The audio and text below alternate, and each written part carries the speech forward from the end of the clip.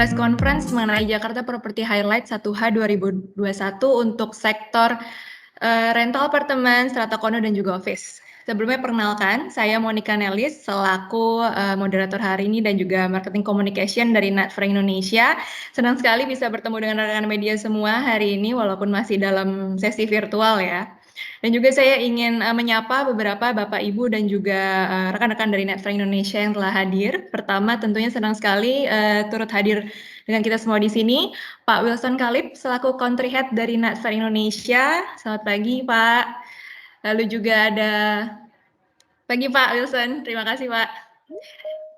Ya, baik. Lalu juga ada Bapak Hasan Pamuji selaku General Director dari General Agency Natfra Indonesia. Selamat pagi Pak Hasan. Dan juga ada Bapak Martin Wijaya selaku Business Development Director dari Natfra Indonesia. Selamat pagi Pak Martin. Pagi Pak. Oke, saya juga ingin memperkenalkan sedikit narasumber untuk hari ini. Yang pertama ada Bu Rina Martianti selaku Associate Director dari Natfra Indonesia. Pagi Bu Rina. Selamat pagi semua.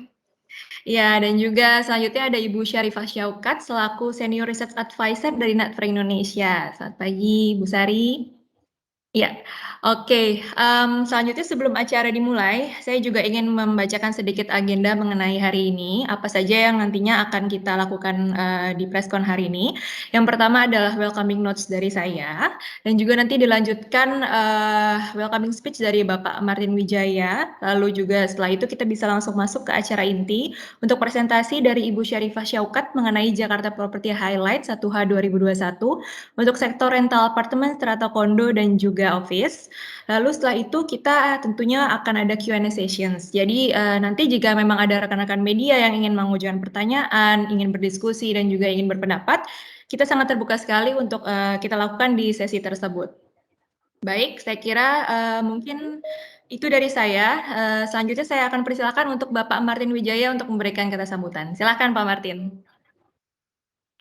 Ya, terima kasih mohon untuk waktunya. Selamat pagi teman-teman semua, selamat berjumpa lagi dengan kita di kesempatan yang sama di Jakarta Property Highlight. Terima kasih untuk waktunya yang sudah diluangkan untuk mengikuti sesinya kita ini. Pada pagi ini kita ingin berbagi lagi cerita, juga analisa dan juga insight dari sektor-sektor properti yang kali ini akan kita bagikan ya. Jadi kita akan mengcover apartemen sewa, apartemen jual beli atau kondominium, dan juga perkantoran. Sudah satu setengah tahun nih kita di masa pandemi, dan juga kita udah banyak mendengar juga kalau misalnya di sini lesu, di sana lesu, dia segala macam bidang usaha ya. Walaupun kita juga semua ngerasain perekonomian ini sudah mulai gerak di mulai awal tahun ini ya. Tapi ya varian Delta datang lagi. Nah ini yang istilahnya bagaimana sih efeknya terutama ke dunia properti ya. Nah jadi apakah seberapa negatif varian Delta ini untuk mengakibatkan perekonomian kita. Terus juga undang-undang omnibus yang di tahun kemarin. Itu bagaimana ceritanya sekarang? Nah, terus juga ada cerita misalnya eksodus dari para warga negara asing atau para tenaga kerja asing balik ke negaranya masing-masing. Nah, itu apalagi tuh ceritanya? Apa efeknya untuk sektor properti juga?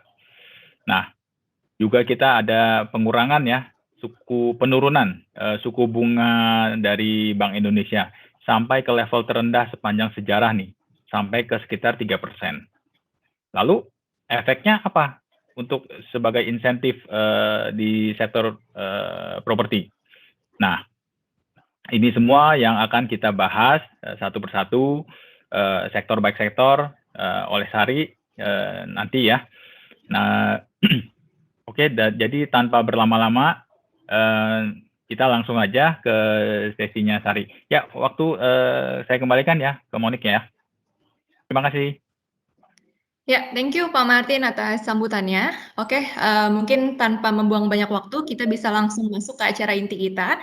Saya persilakan Ibu Syarifah untuk memberikan presentasi mengenai Jakarta Property Highlight, paruh pertama untuk sektor rental, apartemen, strata kondo, dan office. Silakan Ibu Syarifah. Baik, terima kasih Mbak Monik. Suara saya sudah terdengar clear kah? Ya, clear Mbak. Terima kasih, selamat pagi Bapak dan Ibu semua, para jurnalis yang senang sekali kita kembali dapat bertemu sapa di press conference Jakarta Property Highlight semester 1 2021 dengan Knight Frank Indonesia. Semoga Bapak dan Ibu beserta keluarga di rumah dalam kondisi sehat-sehat seterusnya sampai pandemi ini selesai ya, amin. Baik, saya akan langsung mulai masuk kepada paparan yang akan kita sampaikan di hari ini. Kilasan pasar properti di semester 1 2021 akan kami mulai dengan sekilas informasi mengenai pertumbuhan ekonomi secara umum di tataran nasional. Kemudian kita akan masuk kepada kilasan-kilasan pasar atau data-data pembaruan pasar dari subsektor kondominium, kemudian subsektor apartemen sewa, dan kita lanjutkan pada subsektor perkantoran. Selanjutnya, dari data pertumbuhan ekonomi di kuartal kedua 2021,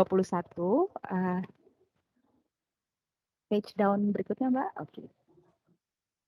Yap, di kuartal kedua 2021 atau semester 1 2021 kita lihat bahwa prediksi-prediksi yang dirilis oleh pemerintah terkait bagaimana pertumbuhan ekonomi kita saat ini berada di kisaran 3%. Bahkan ada yang memprediksi lebih dari itu. Namun sebelumnya, di kuartal sebelumnya, seperti kita tahu, kita masih berada dalam kisaran sekitar 0%.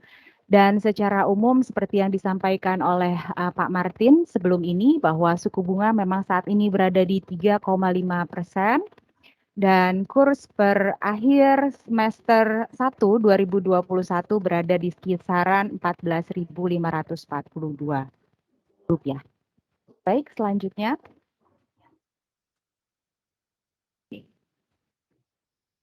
Page down, oke. Terima kasih. Berikut adalah kilasan mengenai pasar kondominium Jakarta di semester 1 2021. Kami coba masuk secara induktif dari mulai tataran pasar regional. Kami mengcapture beberapa kota metropolitan di Asia Pasifik yang dirilis oleh Knight Frank Asia Pasifik mengenai data indeks residential premium di semester 1 2021.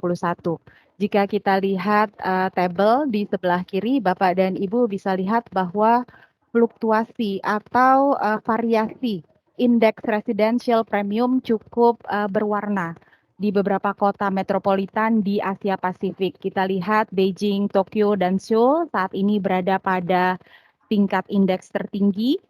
Dan kemudian kita juga lihat di paling bawah ada Kuala Lumpur, Bangalore, dan juga Mumbai yang mengalami koreksi atau mengalami tantangan cukup tinggi terkait indeks residential premium di kotanya masing-masing ya.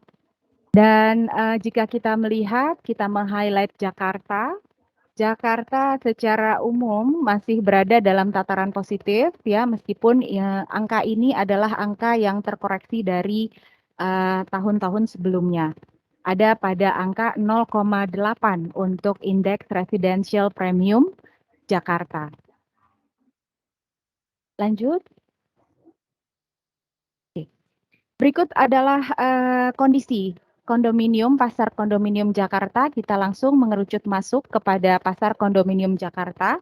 Ulasan pasar yang dapat kami sampaikan saat ini bahwa total pasokan bertambah dari unit yang baru masuk pasar sehingga saat ini terdapat secara kumulatif ada 223.635 unit yang memasuki pasar di semester 1 2021 dan rata penjualan secara kumulasi meningkat sekitar 0,4% sehingga saat ini berada di posisi 95,7%.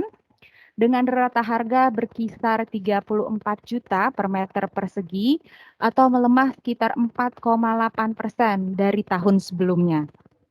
Dan kemudian jika kita masuk ke dalam subsektor wilayah, dalam hal ini CBD, kemudian prime non-CBD maupun non-CBD area, kita lihat bahwa pelemahan harga kondominium tertinggi berada di subsektor CBD di kisaran -8,6% year on year. Dan sejauh ini dominasi sebaran lokasi kondominium yang ada di Jakarta adalah di wilayah non-CBD, tepatnya di Jakarta Selatan dan di Jakarta Barat. Dan seperti halnya yang kita ketahui bersama bahwa bonus demografi yang mengcapture komposisi penduduk Indonesia juga terrefleksi di Jakarta bahwa generasi Y dan generasi Z mendominasi atau lebih dari 50% saat ini. Dan itu pun berimplikasi terhadap serapan yang dilakukan pasar saat ini sangat relate bahwa kelas menengah saat ini hampir mengisi separuh stok kondominium Jakarta sebagai upaya melakukan link and match, menyerap supply yang ada dari demand-demand yang berasal dari komposisi penduduk kita saat ini.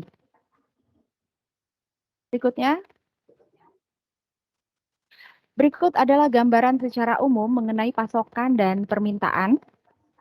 Untuk pasar kondominium Jakarta, kita bisa lihat di grafik yang Bapak dan Ibu lihat saat ini, kita berada di kondisi yang paling kanan, semester 1 2021, secara umum pasokan existing meningkat sekitar 0,4%. Dan kemudian kita lihat juga rata penjualan meningkat meskipun secara kumulatif tidak terlalu tinggi. Namun kita bisa lihat juga optimisme dari supply pasokan baru yang akan hadir dalam 3 tahun ke depan mencapai 38.278 unit. Dan unit tersebut saat ini statusnya pre-sales rate-nya atau angka keterjualannya saat ini ada pada angka 62,5%. Atau bisa kami sampaikan ini cukup meningkat dibandingkan dengan semester sebelumnya di akhir tahun 2020. Kemudian, baik, berikut adalah pasokan dan permintaan tahunan. Jadi jika Bapak dan Ibu lihat, berikut adalah rekapitulasi dari total pasukan yang bertambah dan permintaan tahunan dari sepanjang 2010 sampai 2020. Kita lihat di 2021, angka ini belum final karena sedianya ini masih data paruh pertama 2021. Jadi jika dilihat secara umum memang terkoreksi cukup signifikan saat ini, namun sedianya akumulasi di semester kedua belum kita perhitungkan di dalam serapan permintaan tahunan yang tergambar di monitor Bapak dan Ibu sekalian. Kemudian tabel di bawahnya menginformasikan mengenai komposisi tahun penyelesaian yang tadi saya sebutkan bahwa ada sekitar 38.000 unit yang akan masuk dalam 3 tahun ke depan. Berikut komposisi tahun penyelesaian dan total unit, kemudian masing-masing pre-sales rate dari stok-stok yang akan dirilis per tahunnya sampai 3 tahun ke depan. Berikutnya. Berikut adalah gambaran secara singkat mengenai sebaran kondominium existing berdasarkan lokasi. Dari pie chart yang paling kiri, jika kita lihat bahwa berdasarkan lokasi non-CBD saat ini adalah wilayah dominansi untuk sebaran kondominium yang ada di DKI Jakarta. Ada pada angka 72,3%. Kemudian berdasarkan area, berdasarkan kota administrasi, kita lihat bahwa Jakarta Selatan dan Jakarta Barat kedua persentase dari kondominium di wilayah ini bisa terhitung mencapai lebih dari separuh stok yang ada. Dan jika kita lihat di pie chart sebelah kanan, di bagian kanan, kita juga bisa lihat bahwa ulasan yang saya sampaikan sebelum ini bahwa pasar middle merupakan stok yang tersedia cukup banyak saat ini, terhitung sekitar 41,3%. Stok kondominium existing pada kelas middle atau menengah. Berikutnya. Baik, ini adalah sekilas mengenai rata harga penawaran kondominium. Jika kita lihat ada 3 garis di situ menjelaskan subsektor CBD, prime, non-CBD, dan non-CBD secara umum menunjukkan harga-harga yang stagnan meskipun ada kecenderungan melemah pada rata harga penawaran di wilayah subsektor CBD. Di kiri menggambarkan rata harga penawaran dalam rupiah, sementara di kanan menggambarkan rata harga penawaran dalam US dollar. Berikutnya. Baik. Kilasan pasar yang dapat kami sampaikan untuk pasar kondominium Jakarta ada beberapa poin. Yaitu yang pertama adalah setidaknya saat ini ada 6 proyek baru yang selesai dan menambah stok. Ya, tentu saja optimisme ini terus tumbuh karena pasar yang terus bergerak dari segmen end user. Dan kemudian ada 5 proyek yang juga merilis produknya masuk ke pasar di semester 1 2021 ini.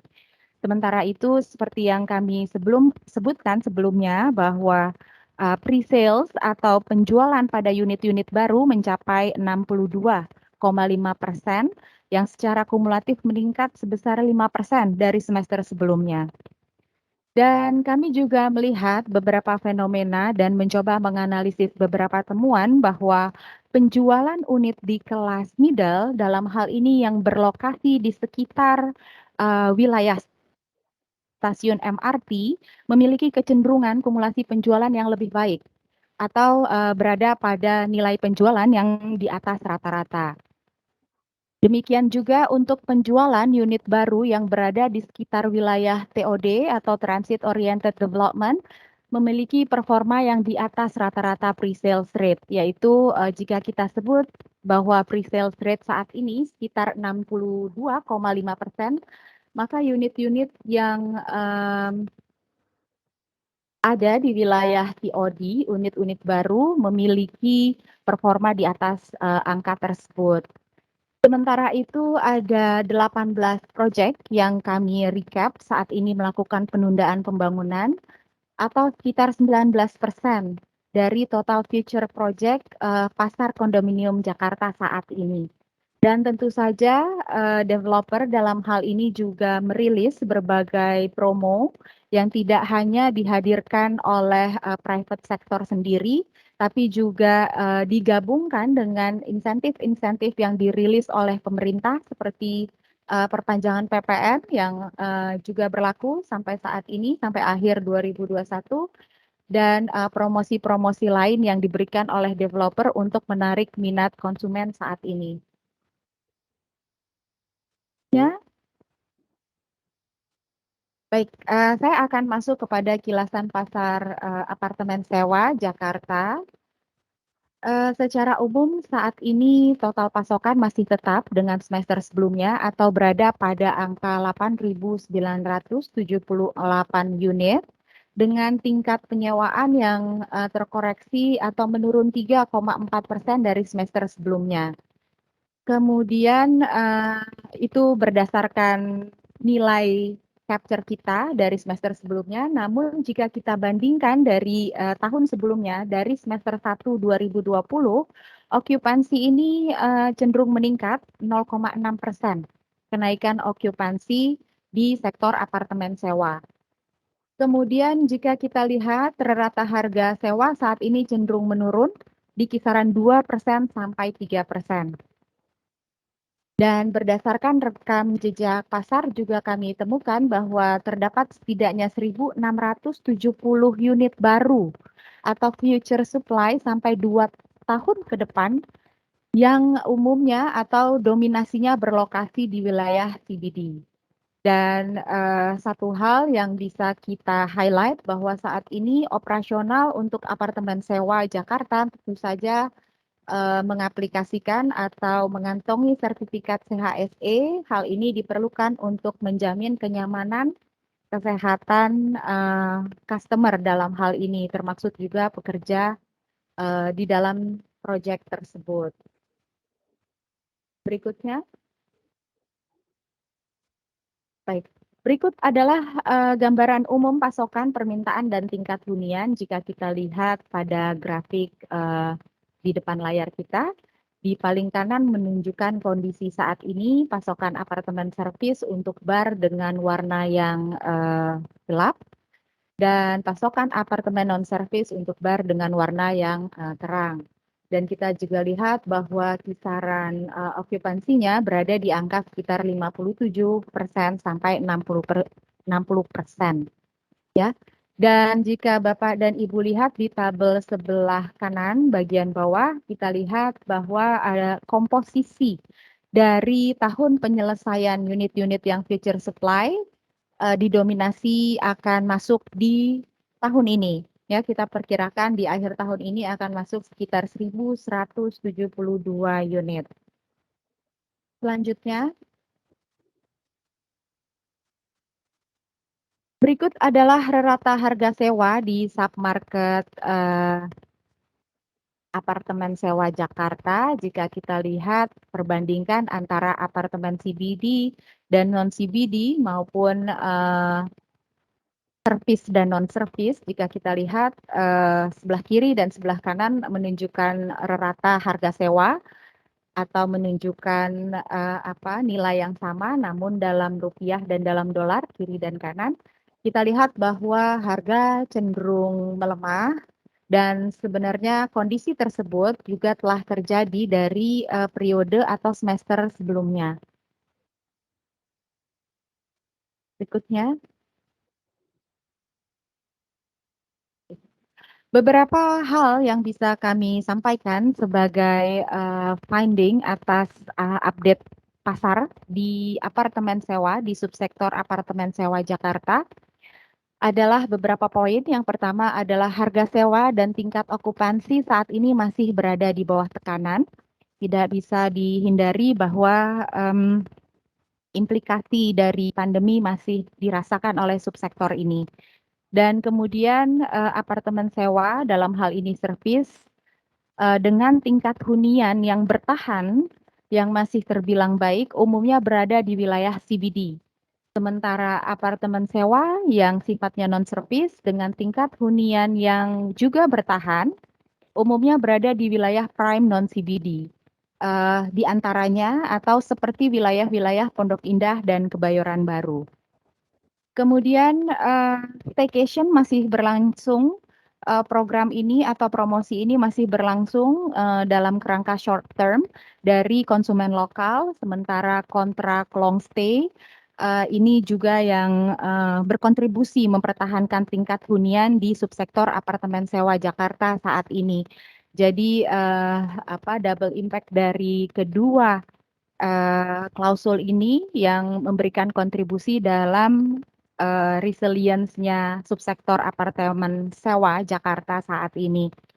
Dan kami perkirakan bahwa permintaan akan bertahap meningkat, tentu saja akan sangat bergantung dengan perbaikan-perbaikan atau penanganan pandemi saat ini, diantaranya keberhasilan vaksinasi dan juga kebijakan dari pemerintah terkait dengan akses pekerja asing yang menjadi turunan implementasi Undang-Undang Cipta Kerja.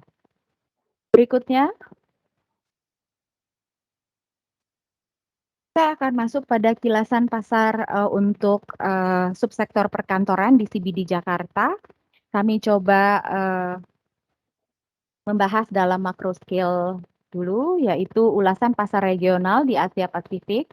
Jadi dari publikasi yang disampaikan oleh Knight Frank Asia Pasifik di semester pertama tahun 2021, Bapak dan Ibu bisa lihat bahwa indeks harga sewa ruang kantor yang atas ini menunjukkan nilai yang negatif, yang bawah justru yang positif. Kami lihat secara terbalik. Kita lihat bahwa Bangalore, Tokyo, dan Singapura adalah beberapa metropolitan di Asia Pasifik yang saat ini memiliki indeks harga sewa ruang kantor yang cukup mengalami tekanan. Ya, dan kemudian jika kita lihat di bar merah paling bawah, seperti Seoul, Phnom Penh, dan Manila, termasuk dari wilayah metropolitan yang memiliki indeks harga sewa ruang kantor yang positif, yang masih positif.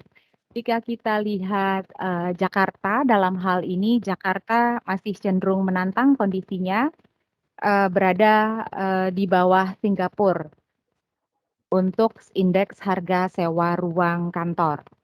Dan jika Bapak dan Ibu lihat untuk chart atau grafik di bagian kanan terkait vacancy space atau ruang kosong di subsektor perkantoran di Asia Pasifik, juga kami coba mengcapture dari beberapa metropolitan di Asia Pasifik.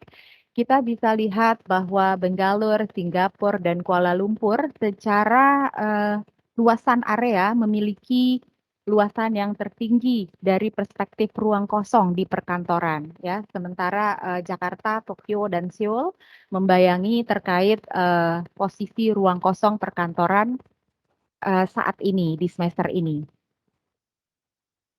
Selanjutnya, berikut adalah ulasan pasar yang dapat kami sampaikan untuk subsektor perkantoran. Yang pertama, ada total pasokan bertambah saat ini di semester 1 2021 menjadi sekitar 6,9 juta meter persegi. Ada tambahan satu proyek yang masuk di semester ini seluas 94.000 meter persegi. Dan secara umum tingkat hunian saat ini berada di angka 72,99% atau mengalami koreksi sekitar 2% dari semester sebelumnya. Dan jika kita lihat secara umum berdasarkan subsektor koridor CBD, Sudirman masih menjadi pemasok terbesar dalam hal ini untuk ketersediaan ruang kantor. Dan kemudian rencana tambahan pasokan di 2021 sampai akhir tahun ini sekitar 313.273 meter persegi. Angka ini sedianya terkoreksi sekitar 44% dari rencana stok yang telah dirilis di semester lalu atau di semester kedua tahun 2020. Dan kondisi-kondisi tersebut diikuti dengan harga yang stagnan namun cenderung melemah di berbagai grade. Bapak dan Ibu bisa lihat kisaran harga premium grade A sampai C berada di kisaran 417.000 sampai 166.000 rupiah. Selanjutnya,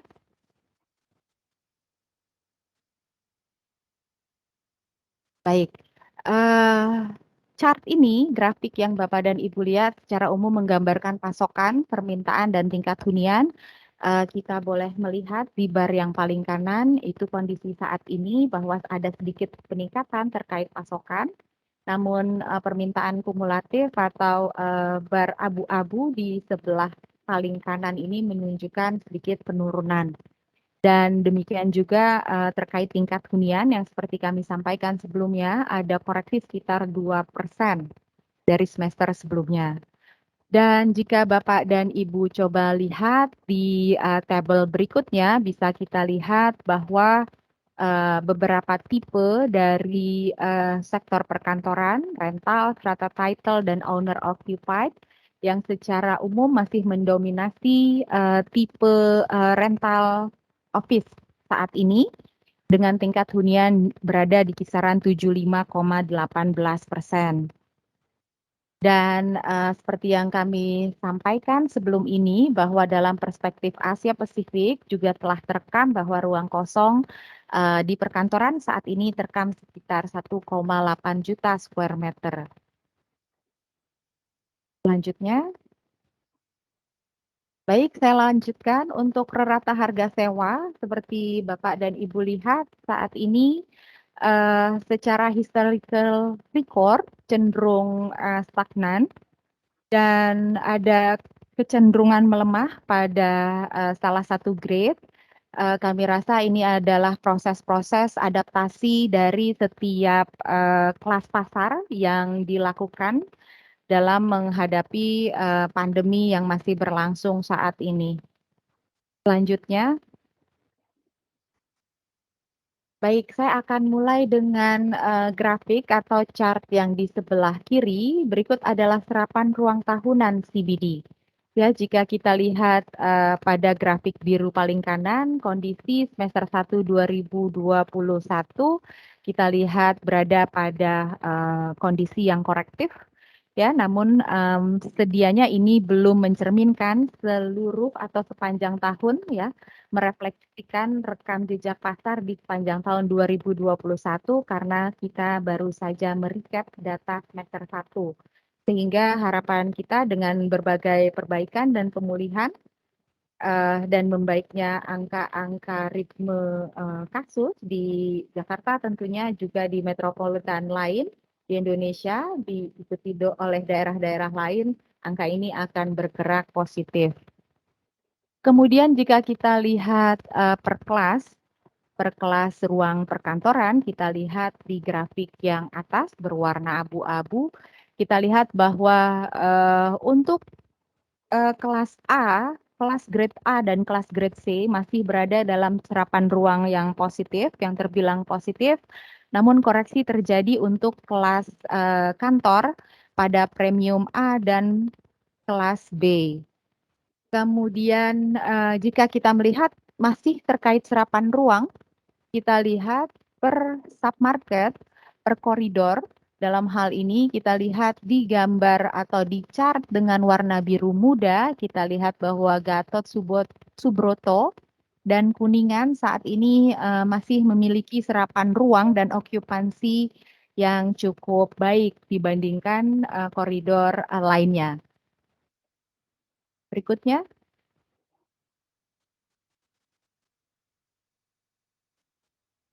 Baik. Chart yang ada di hadapan Bapak dan Ibu menggambarkan secara umum tingkat hunian yang sebelah kiri dan yang di sebelah kanan adalah harga sewa. Namun capture ini kami ambil per submarket, jadi per koridor Sudirman, Tamrin, Gatot Subroto, dan Kuningan. Jadi berdasarkan tingkat hunian kita lihat mostly sebagian besar mengalami penyesuaian, mengalami koreksi, meskipun ada beberapa koridor yang terlihat masih cukup baik dalam tingkat hunian atau tingkat okupansi. Sementara untuk harga sewa masih terbilang kompetitif hingga saat ini jika kita lihat koridor Sudirman dengan pasokan terbesar memiliki rata harga sewa yang masih tetap kompetitif. Ya, jika kita lihat tadi di awal sempat kami sampaikan bahwa Sudirman menyumbang kontribusi terbesar untuk supply office area di CBD Jakarta. Memang saat ini ada sekitar 2,7 juta stok ruang kantor di Sudirman.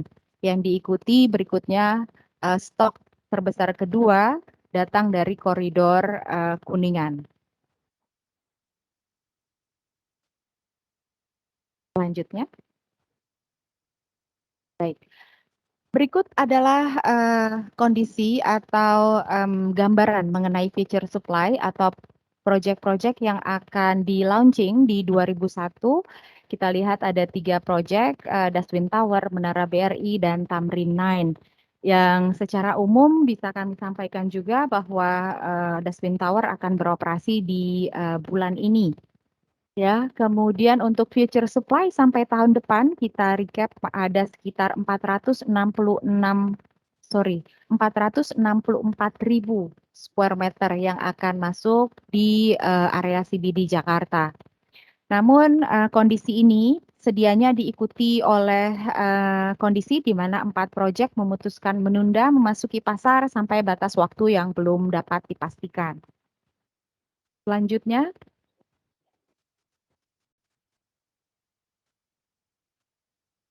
Baik, berikut adalah konklusi atas pembaruan data pasar yang kami lakukan untuk subsektor perkantoran di CBD Jakarta. Kami melihat bahwa building upgrade dengan high spec facility menjadi preferensi dari occupier saat ini. Jadi ada transformasi perspektif occupier untuk saat ini menyewa pada lokasi-lokasi pada building-building yang sifatnya memiliki high spec facility. Terkait hal ini mungkin nanti Ibu Rina dari Commercial Department dapat menjelaskan lebih detail terkait hal ini. Kemudian juga kita masih melihat bahwa penurunan tingkat hunian di sektor perkantoran saat ini diantaranya disebabkan oleh habisnya masa sewa, kemudian adanya relokasi, kemudian diikuti juga dengan downsizing atau pengecilan atau pemotongan luasan dari ruang kantor dan penundaan-penundaan ekspansi. Ya, Bu Rina mungkin mempunyai experience yang cukup banyak terkait hal-hal yang saya sebutkan ini.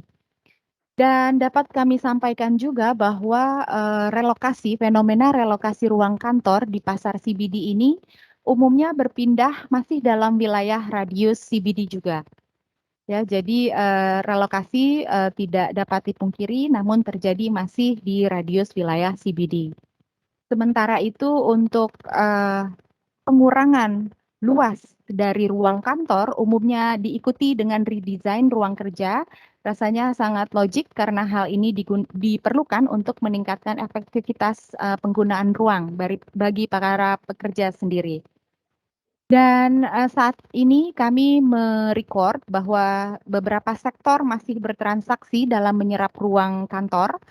Datang dari sektor diantaranya adalah IT, e-commerce, fintech, dan atau financial technology dan trading. Dan saya sampaikan juga sebelumnya bahwa ada sekitar 4 proyek yang menunda launching ke pasar sampai batas waktu yang belum dipastikan. Namun 2 proyek lainnya yang tadinya akan masuk di tahun ini akan menunda sampai tahun berikutnya atau tahun 2022.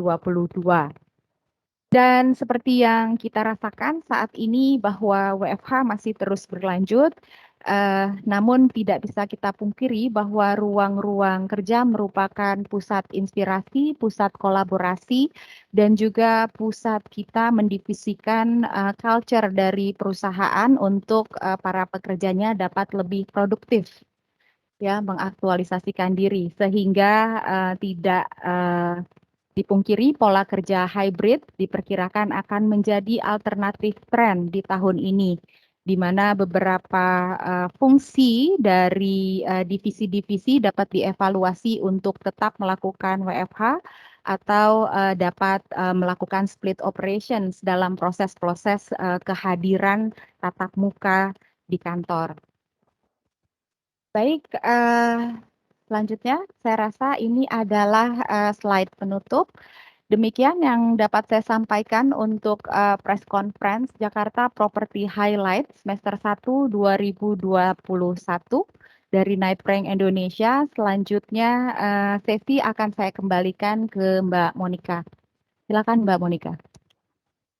Ya, terima kasih banyak Ibu Syarifah atas presentasinya yang sungguh komprehensif dan informatif ya. Semoga untuk rekan-rekan media semua. Ya, seperti yang tadi juga saya sampaikan di awal, sekarang kita bisa langsung masuk ke sesi Q&A. Jadi jika memang dari rekan-rekan media yang ada yang ingin bertanya mengenai presentasi tadi atau ingin berpendapat dan diskusi, saya persilahkan. Silahkan Bapak Ibu jika memang ada pertanyaan.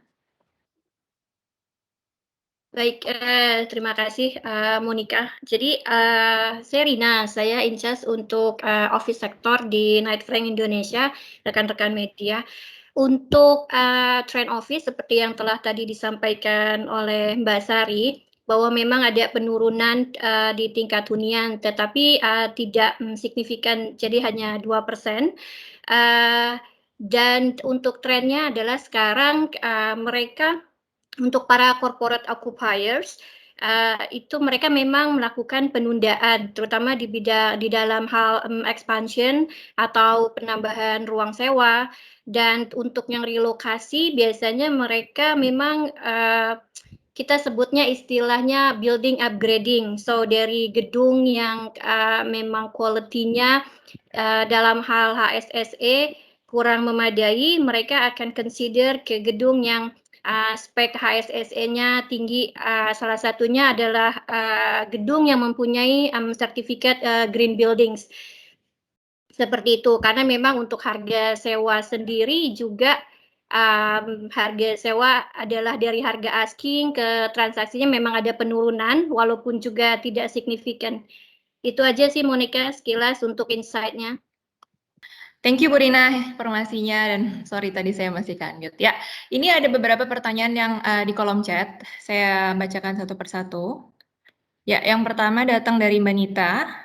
Pagi, terkait dengan pasar perkantoran, terjadinya downsizing lebih disebabkan karena apa? Pola kerja hybrid atau efisiensi karena pengurangan bisnis tenan? Ya, silahkan mungkin dari Bu Rina, silahkan Bu. Terima kasih atas pertanyaannya. Kalau untuk downsizing sendiri, biasanya memang mereka sekarang sudah memikirkan untuk real estate strateginya mereka. Jadi untuk company-company biasanya yang memang tidak membutuhkan, ini saya bicara di CBD ya, rata-rata untuk company-company yang memang tidak membutuhkan harus berlokasi di CBD, back office-nya, jadi ada beberapa yang mereka mencoba mengconsider untuk pindah ke daerah suburb area. Sedangkan mereka tapi tetap memaintain untuk sewanya di daerah CBD dengan luasan yang tidak terlalu besar. Kalau yang saya lihat seperti itu sih. Oke, terima kasih Bu Rina. Semoga menjawab ya Mbak Nita dari pertanyaannya. Tanya dikit Mbak, boleh Mbak? Boleh, silakan Pak. Mbak Sari, kalau untuk yang TOD atau apartemen yang di kawasan TOD itu ya, itu kenapa ya? Kenapa ya bisa begitu ya Mbak? Itu yang di Jakarta atau di sekitar Jakarta juga seperti itu, misalnya kayak di Tangerang atau saya lihat di kawasan yang agak ke selatan, ke Bogor masih kurang tinggi ya, atau mereka ada datanya Mbak untuk yang daerah TOD di sini, Jabodetabek. Oke. Baik, terima kasih Pak Edo atas pertanyaannya terkait residensial yang melekat ya dengan wilayah TOD. Juga mungkin sekaligus menjawab pertanyaan dari Mbak Nita ya di kolom chat. Saya rasa saya baru baca, intinya sama dengan apa yang ditanyakan Pak Edo ya terkait bagaimana sih peningkatannya gitu ya. Jadi kami memang merecap beberapa unit baru yang berada di TOD maupun yang di sekitar TOD. Dalam hal ini yang berada di radius yang dekat lah dengan TOD dalam hal ini. Gitu. Dan kami melihat berdasarkan tingkat okupansi yang kami rekam, ada kecenderungan memang bahwa unit-unit atau proyek-proyek yang berada pada radius sekitar 2 km dari TOD kami temui tingkat huniannya lebih tinggi dengan kisaran 15% di atas rata pre-sales rate. Ya, jadi memang saat ini masih menjadi preferensi untuk unit-unit yang berada di wilayah TOD. Dapat saya sampaikan juga bahwa sedianya kami membagi ya untuk beberapa unit ini kami membagi unit-unit yang dekat TOD sebagai wilayah hub transportasi yang memang seperti saya sebutkan tadi peningkatannya bisa mencapai sekitar 7-15% ya dari pre-sales rate secara umum. Dan kami juga merekam unit-unit yang berada melekat atau di radius sekitar 2 meter dari stasiun MRT ya. Stasiun MRT Jakarta tentu saja kami juga melihat terlihat peningkatan performa dari penjualan pre-sales rate unit-unit tersebut yang berada bahkan bisa lebih tinggi dari unit-unit yang ada melekat di TOD. Ya, tentu saja memang unit-unit yang kami sebutkan tadi adalah unit-unit yang datang dari pasar atau segmen middle class. Seperti itu Pak Edo dan Bu Nita. Kalau yang di LRT diamati juga nggak Mbak Sari? Ya, LRT kita take into account sebagai TOD. Iya Pak, jadi di LRT City dalam hal ini ya, LRT City yang kita take into account sebagai TOD, tapi di jalur LRT saat ini belum kita amati secara detail karena proses operasionalnya kan belum berjalan sehingga kita belum melihat signifikansi antara propose infrastructure ini meskipun pastinya akan memberikan perspektif yang positif, tapi rekam jejak pasarnya belum kita report ya untuk LRT.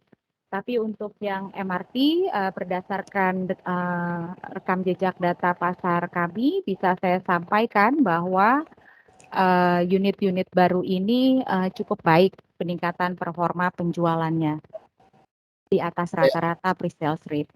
Kalau LRT Jakarta kurang ngepek ya Mbak ya?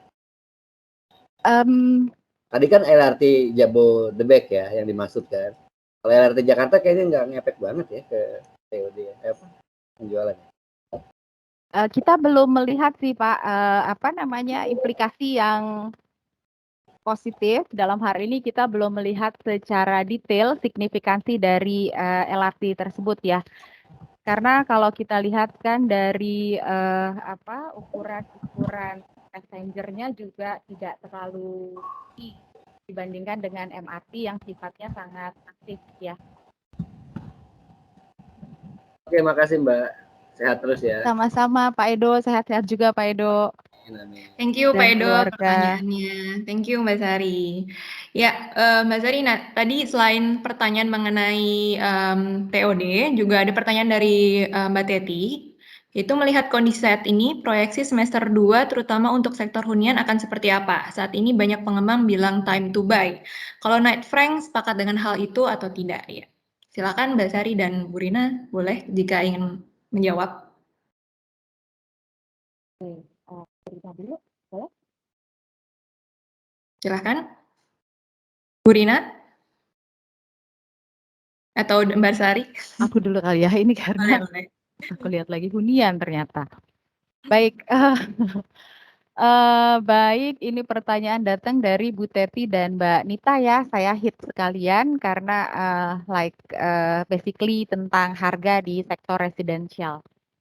Jadi memang jika kita lihat saat ini, ya, jika kita lihat saat ini para pengembang masih terus berproses, masih melanjutkan pembangunan proyeknya. Dan jika kita lihat juga bahwa stimulus yang diberikan pemerintah dalam hal ini untuk menjaga atau menggerakkan transaksi di pasar cukup responsif dengan kebutuhan market. Dengan adanya insentif PPN dan perpanjangannya, saya rasa dari diskusi kami berdasarkan proses yang berjalan untuk market update ini, sebagian besar menyebutkan bahwa implikasi positif akan kita lihat refleksinya di akhir tahun ketika perpanjangan insentif PPN ini berlangsung. Ya, jadi itu insentif yang diberikan oleh pemerintah. Dan dari perspektif lain, jika kita lihat dari sisi pengembang pun, pengembang juga melakukan penyesuaian-penyesuaian atau harga-harga adaptasi yang disebut juga dengan harga COVID umumnya di pasar ya. Jadi ada adjustment penyesuaian harga menjadi harga COVID saat ini yang tentu saja harga cukup kompetitif jika kita bandingkan di kondisi normal. Ya. Jadi dengan berbagai kondisi tersebut, dengan berbagai gambaran terkait kompetisi harga atau harga yang terbilang terjangkau sesuai dengan segmen masing-masing ya, dan insentif atau stimulus yang diberikan pemerintah, maka kalau kita adalah end user, ya memang saat ini adalah yang tepat saat yang memang preferensi kita harus jatuh di sini. Ketika skema-skema pembiayaan juga sudah cukup jelas untuk kita aplikasikan ya. Jadi untuk end user memang itu akan terus bergerak dan dengan stimulus dari sisi private dan public sector saya rasa memang sangat logik untuk mencoba menyerap pasar di masa ini. Sementara untuk investor, saya rasa dengan harga-harga yang terkoreksi di setiap segmen juga menjadikan deposit bagi para investor untuk mulai membeli. Sehingga nanti sedianya, jadi ketika kita sebutkan bahwa harga atau permintaan tertahan, berbagai logika atas kondisi yang tertahan kelak ke depan ketika kondisi mereda akan mulai bounce back ya. Sehingga ketika masa itu datang, saya rasa developer akan cukup satisfy dengan proses-proses yang dilakukan, maksudnya transaksi yang dilakukan di masa ini. Demikian dari saya, Mbak Monik. Ya, Jadi- terima kasih. Jadi kalau Pak dirangkum Edo, silakan, Pak. saatnya membeli, Mbak. Singkat kata saatnya membeli ya. Iya, Pak Edo, time to buy, terutama untuk end user ya, Pak Edo ya. Karena Oke. nanti setelah masa ini kan kita nggak tahu nih stimulusnya masih akan ada nggak PPN 100%. Gitu ya, untuk segmen yang itu di bawah 2M kan 100% ya, akan masih diperpanjang lagi nggak kan? Dihitung-hitung Keluar, cukup lumayan. PMK-nya Kenapa, Pak? belum keluar. PMK-nya emang belum keluar kan, Mbak? Peraturan Menteri. PMK 21 tahun 2021 menurut informasi yang kami capture itu kan berlangsung di akhir Juni sudah mulai di sound ya dari Kemenkeu. Oke, Mbak, lanjut. Makasih Baik. Pak Edo. Baik, terima kasih. Semoga terjawab juga ya Mbak Teti dan juga Pak Edo. Oke, untuk Bu Rina ingin menanggapi pertanyaan dari Mbak Nita. Silakan Ibu. Ya, saya coba tanggapi dari Mbak Nita ya. Terima kasih Mbak Nita. Untuk pertanyaannya, pada harga tadi ditampilkan terjadi penurunan harga, padahal tingkat hunian relatif masih stabil. Oke, kalau dari kami dikarenakan untuk submarket Tamrin di CBD itu memang supply-nya tidak sebanyak dibanding submarket lain seperti Kuningan dan Sudirman. Jadi memang tingkat okupansinya masih relatif stabil, tetapi tidak dipungkiri dengan kondisi sekarang memang dari para developer, pemilik gedung, mereka melakukan penurunan harga sewa. Jadi itu sih Mbak yang sebenarnya memang walaupun okupansi masih stabil, tapi harganya memang turun. Baik, thank you Bu Rina. Semoga terjawab ya Mbak Nita. Oke, saya akan lanjut ke pertanyaan selanjutnya. Ada juga dari Mas Aziz nih di WhatsApp. Beliau menanyakan, minat sewa apartemen di beberapa wilayah DKI, utamanya Jakarta Barat, sepengamatan saya dan beberapa teman agent properti cukup tinggi. Namun sayangnya, terkesan adanya banting harga karena pandemi ini. Apakah ini termasuk kondisi normal dan bisa berlangsung berapa lama?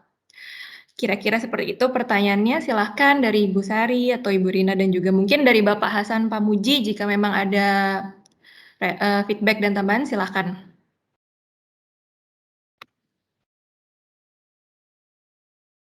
Baik, terima kasih Mbak Monik.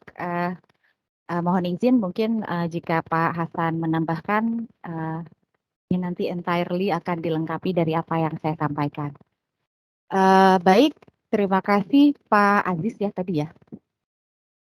Betul Mbak, Mas Ya. Aziz. Terima kasih Pak Aziz atas pertanyaannya untuk sektor apartemen sewa ya. Jadi memang Pak Aziz untuk sektor apartemen sewa ini jika kita lihat analisis case by case atau unit per unit secara umum penawaran harga yang di-offer dari pihak pengelola memang mengalami penurunan atau mengalami koreksi. Ya, hal ini memang tidak bisa dipungkiri karena mereka mencoba selain mempertahankan tenan atau mempertahankan customer yang sudah ada yang dalam klausul long stay ya juga mencoba menangkap pasar dari segmen yang medium ataupun short term ya. Dan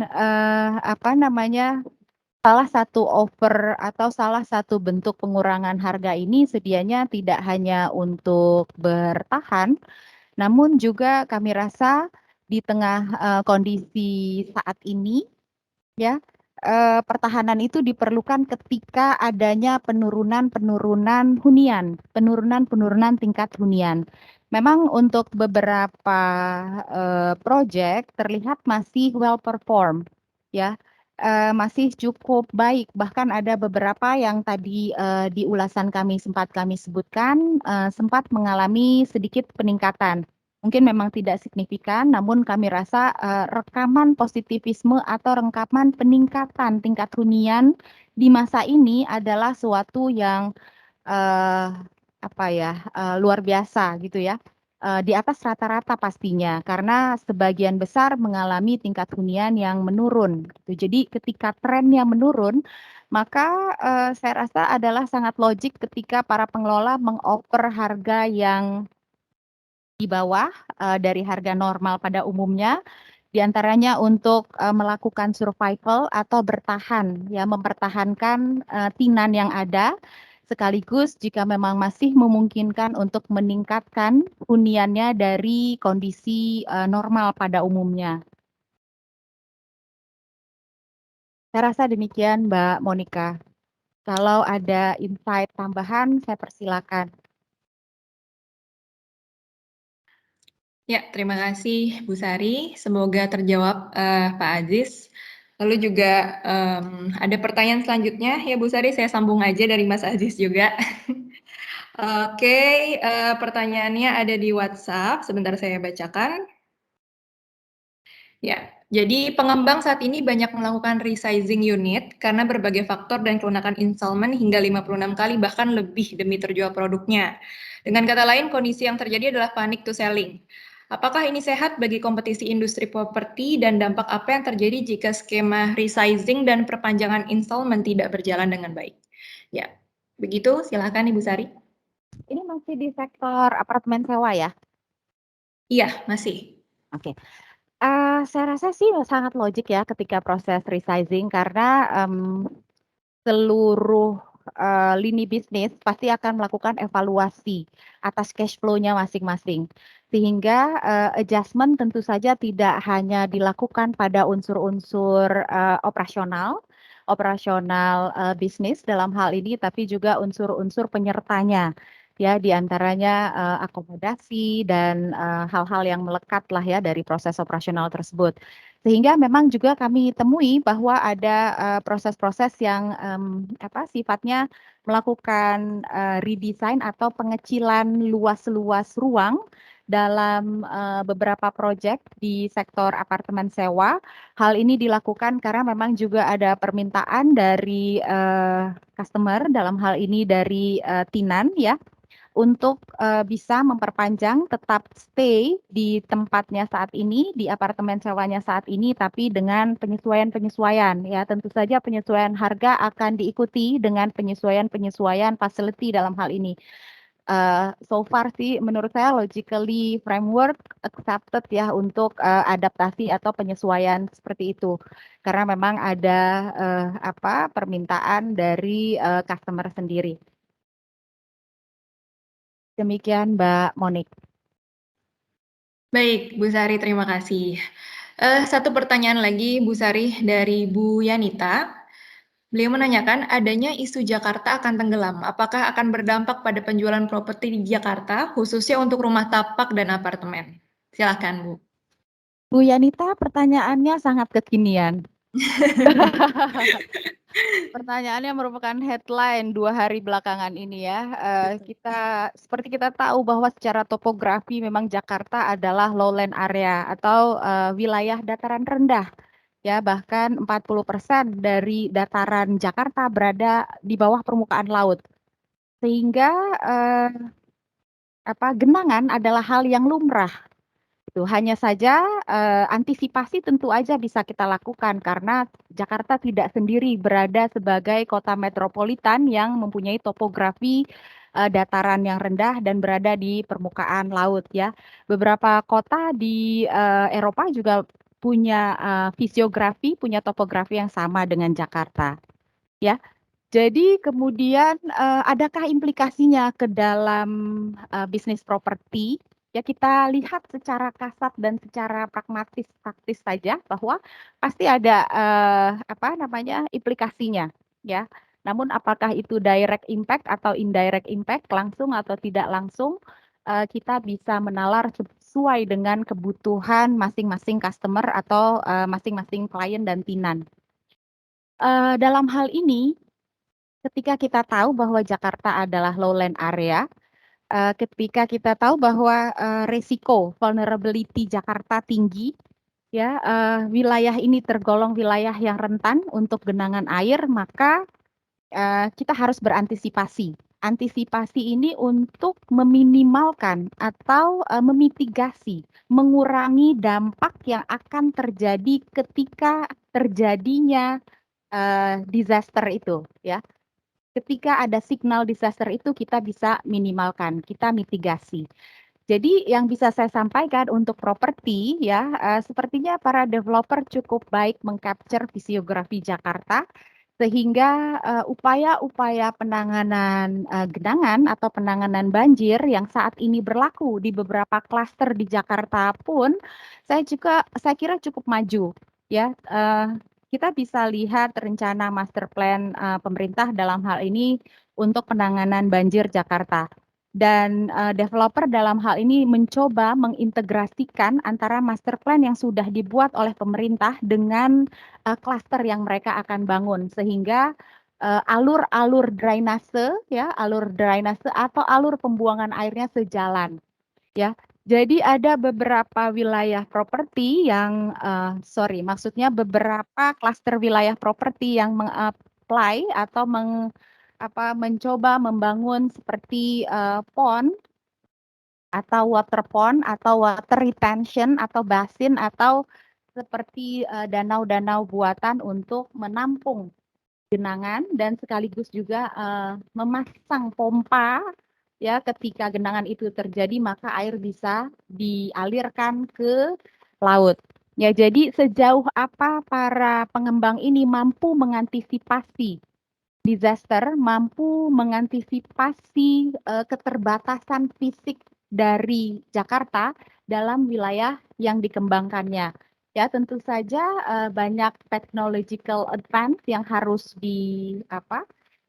dirancang, diadakan ya untuk dapat mampu memitigasi, meminimalkan dampak resiko dari kerentanan yang ada di Jakarta ini. Saya rasa itu ya. Jadi jika ditanya ada implikasinya pasti ada gitu. Karena kita kebanjiran, itu di antara implikasinya ya. Berapa ruginya bisa kita kuantifikasi secara ekonomis berapa ruginya. Ya, namun bagaimana pengembang saat ini mengantisipasi bagaimana technological advance yang perlu di-apply di proyek-proyeknya untuk meminimalkan resikonya. Ya, meminimalkan resiko genangan termasuk meminimalkan ketika bahaya dari kerentanan Jakarta menghadang. Itu. Dan saya rasa beberapa klaster properti terutama di utara ya, yang memang cenderung berbatasan dengan laut dan merupakan wilayah dataran rendah telah mengaplikasikan hal-hal tersebut ya. Namun saya rasa juga bahwa tidak hanya klaster perumahan, namun juga sektor-sektor perkantoran ya termasuk commercial use lainnya juga harus mulai mengarah kepada bentuk program-program mitigasi properti terhadap kerentanan Jakarta saat ini. Saya rasa demikian Mbak Monik. Baik, penjelasannya sungguh detail, Bu Sari. Terima kasih. Semoga menjawab ya, Bu Yanita. Ya, jika ada pertanyaan lagi dari teman-teman media, silahkan. Jika memang ada pendapat juga silahkan. Kita masih buka sesi Q&A-nya saat ini. Ya, sekali lagi jika memang ada pertanyaan, bisa kita lanjutkan di sesi ini. Namun jika memang tidak, mungkin saya tutup saja untuk sesi press conference kita hari ini di Jakarta Property Highlight 1H 2021 untuk sektor rental apartemen, strata kondo, dan office. Kita juga mau reminder kembali untuk nanti juga akan ada sesi selanjutnya, mungkin kira-kira 2 minggu lagi ya, Bu Syari dan teman-teman media semua.